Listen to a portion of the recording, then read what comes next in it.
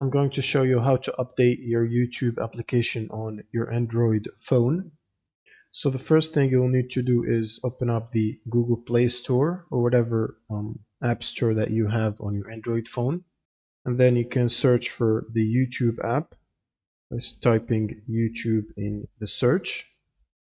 And if there is any available updates, you should see an update button next to YouTube. Otherwise, it should tell you open if you have the latest update. And the next thing you can do is go back and then click on your profile logo.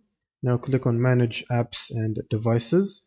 And then you want to click on Updates Available. And from here, you should see all the available updates that you can download.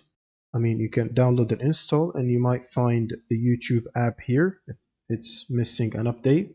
And the last option to get the latest update available for YouTube is to basically reinstall it by going to the YouTube app, remove the existing app, and then reinstall it again. And this should automatically get you the latest available update for YouTube. And that's pretty much it for this video. Subscribe if you found this helpful, and see you in the next one.